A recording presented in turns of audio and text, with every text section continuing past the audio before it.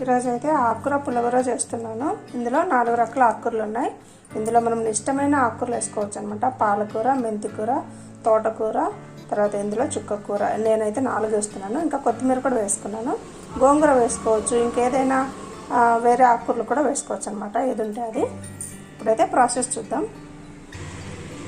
Stove మీద cooker పెట్టుకొని ఒక 3 లేదా 4 టేబుల్ స్పూన్ల ఆయిల్ వేసుకోవాలి. ఆయిల్ వేడెక్కిన తర్వాత పోపు దినుసులన్నీ వేసుకోవాలి. పోపు దినుసులన్నీ వేగిన తర్వాత పచ్చిమిర్చి, ఉల్లిపాయలు వేసుకోవాలి. కరివేపాకు వేసుకోవాలి.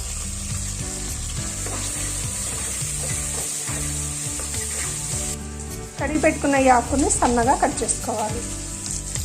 2 వంకాయలు వేసుకోవాలి. టమాటాలు 2 వేసుకోవాలి. ఆకుకూర వేసుకోవాలి. బాగా కలుపుకొని మగ్గించుకోవాలి.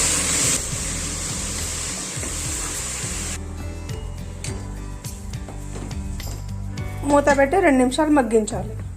ఆకుకూర 2 నిమిషాలు మగ్గిన తర్వాత కొద్దిగా పసుపు వేసుకోవాలి. కొద్దిగా చింతపండు వేసుకోవాలి. చుక్కకూర ఉంది కాబట్టి చింతపండు తక్కువ పడుతుంది. చుక్కకూర లేకపోతే కొంచెం ఎక్కువ చింతపండు వేసుకోవాలి, లేదంటే 2 టమాటాలు ఎక్స్ట్రా వేసుకోవాలి. కొంచెం వాటర్ వేసుకోవాలి. కుక్కర్ మూత పెట్టి 2 విజిల్స్ వచ్చే వరకు ఉడికించుకోవాలి.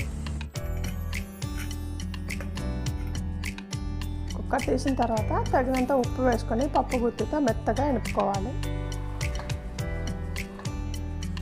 ఇలా అన్ని ఆకుకూరలు కలిపి పులిహోర చేసుకుంటే టేస్ట్ అయితే చాలా బాగుంటుంది. ఇందులో ఇంకా వంకాయ, బీరకాయ ఇవన్నీ కూడా వేసుకోవచ్చు అనమాట. అన్నంలోకి, చపాతీలోకి చాలా బాగుంటుంది.